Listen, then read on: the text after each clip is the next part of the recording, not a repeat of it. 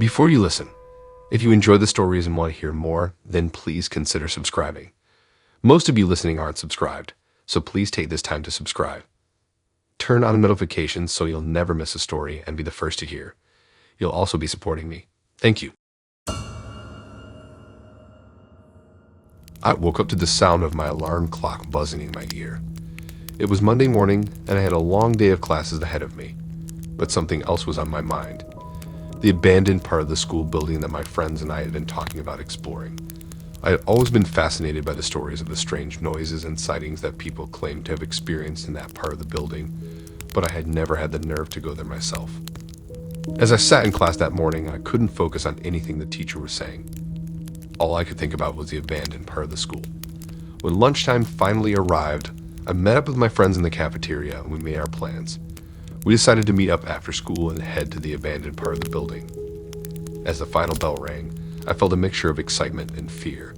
We all met outside the school and headed towards the abandoned part of the building. When we arrived, we found a broken window and climbed inside. The air was musty and stale, and everything was covered in a layer of dust.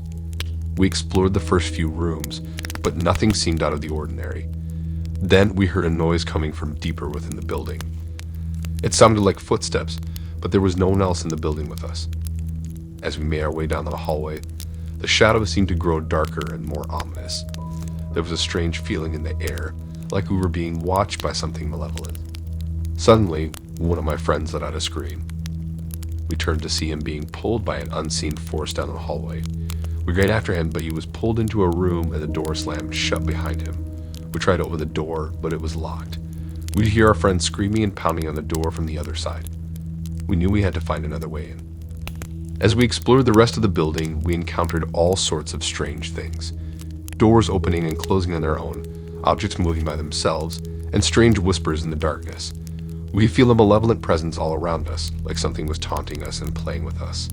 Finally, we found a way into the room where our friend was trapped.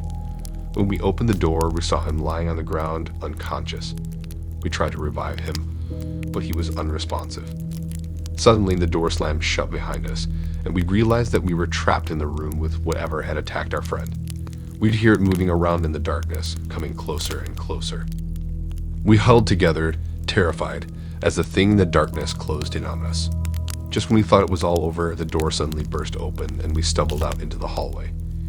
We ran out of the building as fast as we could, never looking back.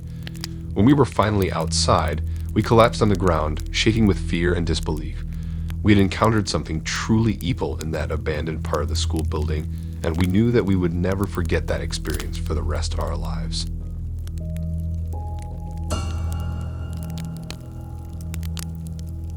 I was finally a high school student, and after being told great things about high school by my siblings, I was more than eager to start. I remember I forgot to use the bathroom before I left my house, so before my class started, I stepped into the bathroom located down the hall in a dim, secluded area. I felt a sense of nervous excitement wash over me. But as I entered the stall and closed the door, I heard a knock. It was so loud and aggressive, it almost made me jump out of my skin.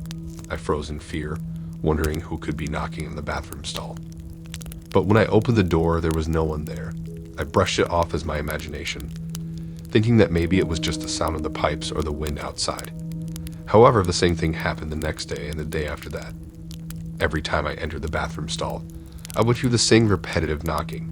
It was always so loud and aggressive, but when I opened the door, there was no one there. The knocking soon turned into nightmares that plagued me every night. In my dreams, I was always back in that bathroom stall, and I could feel a presence watching me. It was like a demon was observing me from the shadows, waiting to pounce on me at any moment. I would wake up in a cold sweat, feeling like I was being watched even when I was alone in my own room. I couldn't take it anymore, so I confided in my friends. To my surprise, they all had the same experience. They too heard the knocking and had nightmares about a demon watching them in the bathroom stall. We were all scared and confused, wondering what was happening to us. One night, I decided to record the sounds using my phone. I waited in the stall, hoping to catch some evidence of what was going on. But when I played back the recording, I heard something that chilled me to the bone. It wasn't just knocking or banging. It was a deep, guttural growl. I was terrified, and I didn't know what to do. I started to have nightmares about something watching me in the stall, and I felt like I was being followed wherever I went in the school. I decided to talk to the school counselor, who listened to me and suggested I speak to the janitor. The janitor told me that the school had been built on top of an old asylum that had been shut down due to inhumane practices. The bathroom was located directly above the old morgue, where the most violent patients had been kept. He said that strange things had been happening in that bathroom for years and that he was afraid to go in there alone. The knocking and growling eventually stopped, but I will never forget the fear and unease that consumed me during that time. It taught me that sometimes the things we can't see or explain can be the most terrifying of all. As the weeks went by, my curiosity about the old asylum grew. I started doing research online and found out that it had been notorious for its cruel and inhumane treatment of patients. The patients had been subjected to extreme forms of torture and neglect, and many had died due to the appalling conditions. I couldn't believe that such atrocities had taken place right under our school. I felt a sense of anger and sadness, knowing that so many innocent lives had been lost in such a brutal manner. Safe to say, I never used the school bathroom ever again.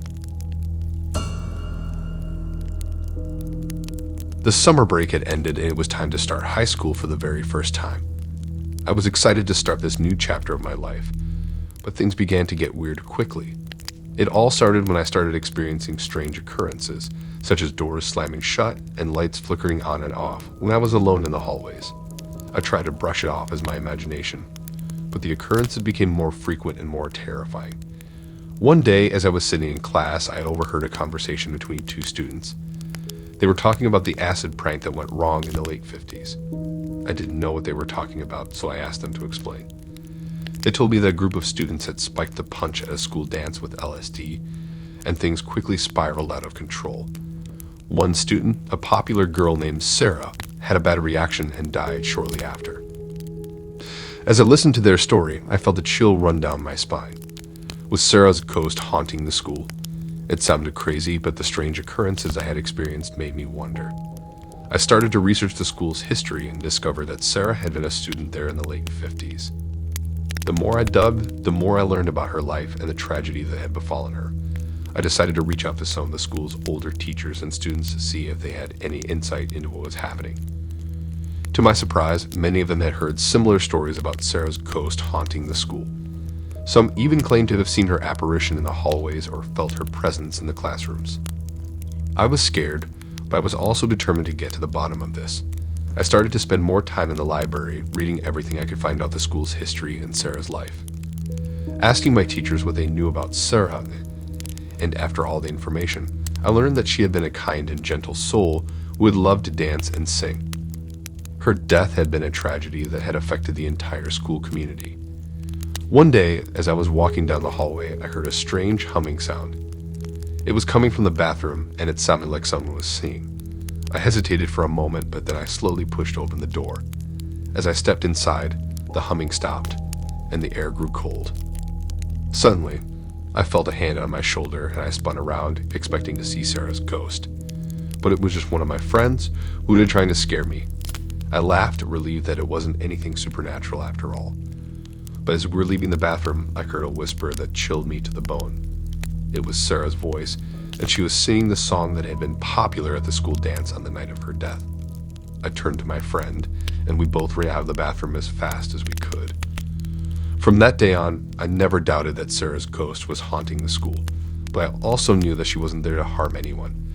She was just a lost soul trying to find her way home. And although her presence still haunted me, I knew that I had to face my fear and help her find the peace she deserved. Thanks for listening in.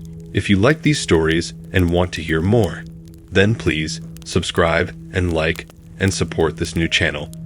We have more stories for you to listen to.